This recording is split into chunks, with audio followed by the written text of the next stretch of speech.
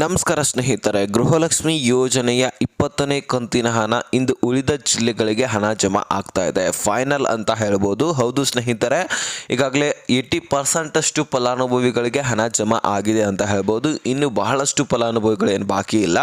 ಉಳಿದಂತಹ ಫಲಾನುಭವಿಗಳಿಗೆ ಹಣ ಜಮಾ ಮಾಡ್ತಕ್ಕಂತಹ ಪ್ರಕ್ರಿಯೆ ಈಗ ಪ್ರಾರಂಭವಾಗ್ತಾ ಇದೆ. ಹಾಗಾದರೆ ಬನ್ನಿ, ಯಾವ ಯಾವ ಜಿಲ್ಲೆಗಳಲ್ಲಿರ್ತಕ್ಕಂತಹ ಮಹಿಳೆಯರು ಬಾಕಿ ಇದ್ದಾರೆ, ಈಗಾಗಲೇ ಯಾವ ಯಾವ ಮಹಿಳೆಯರಿಗೆ ಬಂದಿದೆ, ಸೊ ಈ ಎಲ್ಲ ವಿಷಯವನ್ನು ನಾವು ಸಂಪೂರ್ಣವಾಗಿ ಮಾಹಿತಿಯನ್ನು ತಿಳಿದುಕೊಳ್ಳೋಣ. ಅದೇ ರೀತಿಯಾಗಿ 21ನೇ ಕಂತಿನ ಹಣ ಈಗ ಯಾರಿಗೆ 20ನೇ ಕಂತಿನ ಹಣ ಬಂದಿದೆ ನೋಡಿ, ಅವರಿಗೆ 21ನೇ ಕಂತಿನ ಹಣ ಕೂಡ ರಿಲೀಸ್ ಆಗ್ತಾ ಇದೆ. ಹಾಗಾದರೆ ಅದು ಯಾವಾಗ ರಿಲೀಸ್ ಆಗ್ತಾ ಇದೆ ಎಲ್ಲ ಕೂಡ ನೋಡ್ತಾ ಹೋಗೋಣ. ಬಹಳ ಮುಖ್ಯವಾದಂತಹ ಮಾಹಿತಿ ಇದೆ. ಚಾನಲ್ಗೆ ಸಬ್ಸ್ಕ್ರೈಬ್ ಮಾಡಲಿಲ್ಲ ಅಂದರೆ ಸಬ್ಸ್ಕ್ರೈಬ್ ಮಾಡಿಕೊಂಡು ನೋಟಿಫಿಕೇಷನನ್ನು ಆಲ್ ಅಂತ ಸೆಟ್ ಮಾಡ್ಕೊಳ್ಳಿ. ಈಗ ನಾವು ನೇರವಾಗಿ ಟಾಪಿಕ್ಗೆ ಬಂದುಬಿಡೋಣ. ವೀಕ್ಷಕರೇ, ಗೃಹಲಕ್ಷ್ಮಿ ಯೋಜನೆಯ 20ನೇ ಕಂತಿನ ಹಣ 2500 ಕೋಟಿ ಫಂಡು ರಿಲೀಸ್ ಆಗಿ ನಿಮ್ಮ ಖಾತೆಗಳಿಗೆ ಹಣ ಜಮಾ ಆಗಿದೆ. ಇನ್ನು ಕೆಲವೊಂದಿಷ್ಟು ಫಲಾನುಭವಿಗಳು ಮಾತ್ರ ಬಾಕಿ ಇರತಕ್ಕಂಥದ್ದು. ಈಗಾಗಲೇ ಆಲ್ರೆಡಿ ಹೇಳಬೇಕಂದ್ರೆ ಬಹಳಷ್ಟು ಫಲಾನುಭವಿಗಳಿಗೆ ಜಮಾ ಆಗಿರ್ತಕ್ಕಂಥದ್ದು. ಸುಮಾರು 1,22,00,000 ಫಲಾನುಭವಿಗಳಿದ್ರಿ. 1 ಕೋಟಿ ಫಲಾನುಭವಿಗಳಿಗಿಂತ ಹೆಚ್ಚಿನ ಫಲಾನುಭವಿಗಳಿಗೆ ಹಣ ಜಮಾ ಆಗಿದೆ ಅಂತ ಹೇಳ್ಬೋದು. ಇನ್ನೇನು ಕೆಲವೊಂದಿಷ್ಟು ಫಲಾನುಭವಿಗಳು ಏನು ಬಾಕಿ ಇರ್ತಿರಲ್ಲ, ಸೊ ನಿಮಗೆ ಇನ್ನೂ ಒಂದು ಅಥವಾ ಇವತ್ತು ಮತ್ತು ನಾಳೆ ಎಲ್ಲರಿಗೂ ಕೂಡ ಕ್ಲಿಯರ್ ಆಗಿ ಬಿಡ್ತದೆ. ಅಂದರೆ ಇವತ್ತೇ ಮುಖ್ಯವಾಗಿ ನಿಮ್ಮ ಖಾತೆಗಳಿಗೆ ಕ್ಲಿಯರ್ ಮಾಡ್ತಕ್ಕಂತಹ ಸಾಧ್ಯತೆ ಇದೆ. ಯಾರ್ಯಾರು ಬಾಕಿ ಇದ್ದೀರಿ ತಲೆ ಕೆಡಿಸ್ಕೊಳ್ಳುವಂತಹ ಅಗತ್ಯವಿಲ್ಲ. ಇವತ್ತು ಈ ಒಂದು ಜಿಲ್ಲೆದಲ್ಲಿರ್ತಕ್ಕಂತಹ ಮಹಿಳೆಯರಿಗೆ ಹಣ ಜಮಾ ಆಗ್ತಾ ಇದೆ. ಅದು ಯಾವ ಜಿಲ್ಲೆಗಳಂತ ಹೇಳ್ತೀನಿ. ಆದರೆ ಮುಖ್ಯವಾಗಿ ನಿಮಗೆ ಹಣನೇ ಜಮಾ ಆಗ್ತಾ ಇಲ್ಲ ಅಂತ ಅಂದ್ಕೊಳ್ಳಿ. ಅಂದರೆ ಹಿಂದಿನ ಕಂತುಗಳು ಪೆಂಡಿಂಗ್ ಉಳಿದೋದಾಗಿರಲಿ ಅಥವಾ 20ನೇ ಕಂತಿನ ಹಣನೇ ಪೆಂಡಿಂಗ್ ಉಳಿತು ಅಂತ ಅಂದ್ಕೊಳ್ಳಿ. ನೀವು ಎಲಿಜಿಬಲ್ ಇದ್ದೀರಿ ಆದರೂ ಸಹಿತ ಹಣ ಜಮಾ ಆಗ್ತಾ ಇಲ್ಲ ಅಂತ ಅಂದ್ಕೊಳ್ಳಿ. ಈ ರೀತಿ ಏನಾದರೂ ನಿಮ್ಮಲ್ಲಿ ಸಮಸ್ಯೆ ಕಂಡು ಬಂದಿದ್ದೆ ಆದರೆ ನಿಮಗೆ ಮುಂದೆ ಬರತಕ್ಕಂತಹ ಗೃಹಲಕ್ಷ್ಮಿ ಹಣ ಬರೋದಿಲ್ಲ. ಹಾಗಾದರೆ ಅದಕ್ಕೆ ಸೊಲ್ಯೂಷನ್ ಏನು ಅಂತ ನಾವು ಕೇಳೋದಾದರೆ, ಮುಖ್ಯವಾಗಿ ನೀವು ಎಲಿಜಿಬಲ್ ಇದ್ದಿದ್ದೆ ಆದರೆ ನಿಮಗೆ ತೊಂದರೆ, ಯಾವುದೇ ರೀತಿ ತೊಂದರೆ ಇರೋದಿಲ್ಲ. ಆದರೆ ಒಂದು ತೊಂದರೆಯನ್ನು ನೀವೇ ತಂದುಕೊಂಡಿರ್ತೀರಿ, ನೀವೇ ಮಾಡ್ಕೊಂಡಿರ್ತೀರಿ. ಅದು ಏನಪ್ಪ ಅಂದರೆ, ಈಗಾಗಲೇ ನಾನು ಹೇಳಿದ್ದೀನಿ ಹಿಂದಿನ ವಿಡಿಯೋಗಳಲ್ಲಿ, ಅಂದರೆ ನಿನ್ನೆ ಹೇಳ್ತಕ್ಕಂತಹ ವಿಡಿಯೋಗಳಲ್ಲಿ ಹೇಳಿದ್ದೀನಿ, ಈಗಲೂ ಕೂಡ ಕ್ಲಿಯರಿಟಿ ಕೊಡ್ತಾ ಇದ್ದೀನಿ, ಕರೆಕ್ಟಾಗಿ ಕೇಳಿಸ್ಕೊಳ್ಳಿ. ಇಲ್ಲಿ ಮುಖ್ಯವಾಗಿ ಮಹಿಳೆಯರು ಏನು ಮಾಡ್ತಾ ಇದ್ದಾರೆ ಅಂದರೆ, ಬ್ಯಾಂಕ್ ಅಕೌಂಟ್ಗಳನ್ನು ಅಮೌಂಟ್ಗಳನ್ನು ಟ್ರಾನ್ಸಾಕ್ಷನ್ ಮಾಡಿಸ್ತಾ ಇಲ್ಲ, ಅಮೌಂಟ್ ಹಾಕೋದು ತೆಗೆದು ಬ್ಯಾಂಕ್ಗಳಲ್ಲಿ ಮಾಡ್ತಾ ಇಲ್ಲ. ಹಾಗಾಗಿ ಆ ಒಂದು ಬ್ಯಾಂಕ್ ಅಕೌಂಟ್ಗಳು ಡೆಡ್ ಅಕೌಂಟ್ ಅಂತ ಆಗ್ತಾ ಇದ್ದಾವೆ.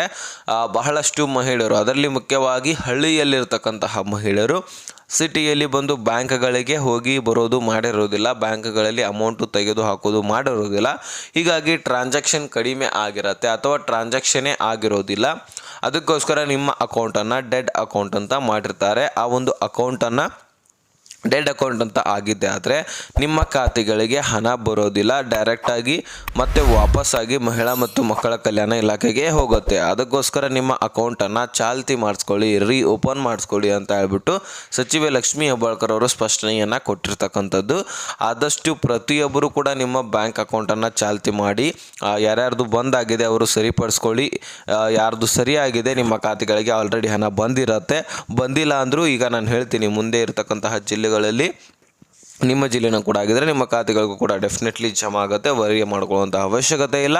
ಸೊ ಈಗ ಆ ಒಂದು ಚಾಲ್ತಿ ಮಾಡ್ಕೊಂಡಿದ್ದೆ ಆದರೆ ನಿಮ್ಮ ಖಾತೆಗಳಿಗೆ ಹಣ ಬರುತ್ತೆ, ಅಷ್ಟು ಮಾತ್ರ ನೀವು ಕೆಲಸ ಮಾಡ್ಕೊಳ್ಬೋದು. ಇನ್ನು ನಮಗೆ ಹಣನೇ ಬರ್ತಾ ಇಲ್ಲ, ನಮ್ಮ ಬ್ಯಾಂಕ್ ಅಕೌಂಟ್ ಚಾಲ್ತಿ ಇದೆ ಅಂತ ಅಂದ್ಕೊಂಡಿದ್ದೆ ಆದರೆ ನಿಮ್ಮ ರೇಷನ್ ಕಾರ್ಡ್ ರದ್ದಾಗಿದೆಯಾ ಇಲ್ವಾ ಇದೆಲ್ಲ ಕೂಡ ನೀವು ಚೆಕ್ ಮಾಡ್ಕೊಳ್ಬೇಕಾಗತ್ತೆ. ಬೇಕಾದರೆ ಆ ಒಂದು ವಿಡಿಯೋ ಲಿಂಕನ್ನು ಡಿಸ್ಕ್ರಿಪ್ಷನಲ್ಲಿ ಕೊಟ್ಟಿರ್ತೀನಿ. ಆ ಒಂದು ವಿಡಿಯೋ ನೋಡಿಕೊಂಡು ನಿಮ್ಮ ಬ್ಯಾಂಕ್ ಅಕೌಂಟನ್ನು ನಿಮ್ಮ ಒಂದು ರೇಷನ್ ಕಾರ್ಡ್ ರದ್ದಾಗಿದೆಯಾ ಇಲ್ವಾ ಅಂತ ಚೆಕ್ ಮಾಡ್ಕೊಳ್ಳಿ. ಅಥವಾ ನಿಮಗೆ ಚೆಕ್ ಮಾಡಲಿಕ್ಕಾದರೂ ಬರಲಿಲ್ಲಪ್ಪ ಅಂದರೆ ನಿಮ್ಮ ಮೊಬೈಲಲ್ಲಿ ಅಂತೂ ಚೆಕ್ ಮಾಡ್ಕೊಳ್ಬೋದು. ಅಲ್ಲಿ ನಿಮಗೆ ಅರ್ಥ ಆಗಲಿಲ್ಲಪ್ಪ ಅಂದರೆ ನೀವು ಗ್ರಾಮವನ್ನು ಬಾಪು ಸೇವಾ ಕೇಂದ್ರಗಳಿಗೆ ಹೋಗಿ ಸರಿಯಾಗಿ ಚೆಕ್ ಮಾಡಿಕೊಂಡು ಮಾಹಿತಿಯನ್ನು ಪಡ್ಕೊಳ್ಬೋದು. ಇನ್ನು ಯಾವ ಯಾವ ಜಿಲ್ಲೆಗಳಿಗೆ ಹಣ ಬರ್ತಾ ಇದೆ ಇದನ್ನು ನಾವು ತಿಳ್ಕೊಳ್ಳೋದಾದರೆ, ಈಗಾಗಲೇ ಆಲ್ಮೋಸ್ಟ್ ಪ್ರತಿಯೊಂದು ಜಿಲ್ಲೆಗಳಲ್ಲಿ ಪ್ರತಿಯೊಂದು ಮಹಿಳೆಯರಿಗೆ ಹಣ ಜಮಾ ಆಗಿದೆ ಅಂತ ಹೇಳ್ಬೋದು. ಅಲ್ಲಲ್ಲಿ ಬಾಕಿ ಇರ್ತಕ್ಕಂತಹ ಮಹಿಳೆಯರಿಗೆ ಹಣ ಜಮಾ ಆಗ್ತಾ ಇದೆ.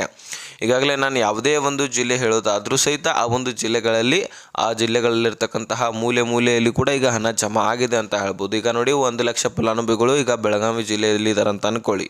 ಈಗ ಆ ಬೆಳಗಾವಿ ಜಿಲ್ಲೆಯಲ್ಲಿನೇ ಈಗ ಒಂದು 80,000 ಫಲಾನುಭವಿಗಳಿಗೆ ಹಣ ಜಮಾ ಆಗಿದೆ ಅಂತ ಹೇಳ್ಬೋದು. ಇನ್ನು ಉಳಿದಂತಹ 20,000 ಫಲಾನುಭವಿಗಳಿಗೆ ಈಗ ಹಣ ಜಮಾ ಆಗ್ತಾ ಇದೆ ಅಂತ ಅನ್ಬೋದು. ಹೌದು, ಈಗ ಯಾವುದೇ ಜಿಲ್ಲೆಯನ್ನು ಹೇಳಿದ್ರು ಸಹಿತ ಆ ಒಂದು ಜಿಲ್ಲೆಗಳಲ್ಲಿ ಆಲ್ರೆಡಿ ಹಣ ಜಮಾ ಆಗಿದೆ. ಆ ಒಂದು ಜಿಲ್ಲೆಯಲ್ಲಿನೇ ಒಂದು ಸ್ವಲ್ಪ ಜನ ಬಾಕಿ ಇದ್ದಾರೆ, ಅವರಿಗೆ ಹಣ ಜಮಾ ಮಾಡ್ತಕ್ಕಂತಹ ಪ್ರಕ್ರಿಯೆ ಈಗ ಸ್ಟಾರ್ಟ್ ಇದೆ ಅಂತ ಹೇಳ್ಬೋದು. ಈ ರೀತಿ ನಿಮ್ಮ ಖಾತೆಗಳಿಗೆ ಹಣ ಬರ್ತಾ ಇದೆ. ಯಾರಿಗೆ ಹಣ ಜಮಾ ಆಗಿಲ್ಲ ಡೆಫಿನೆಟ್ಲಿ ನಿಮ್ಮ ಖಾತೆಗಳಿಗೆ ಹಣ ಬರುತ್ತೆ. ಇಷ್ಟು ಅಪ್ಡೇಟ್ ಸಿಕ್ಕಿದ್ರೆ ನೆಕ್ಸ್ಟ್ ಮಾಹಿತಿಯೊಂದಿಗೆ ಸಿಗೋಣ. ಅಲ್ಲಿ ತನಕ ಬಾಯ್ ಬಿಡಿ ಫ್ರೆಂಡ್ಸ್.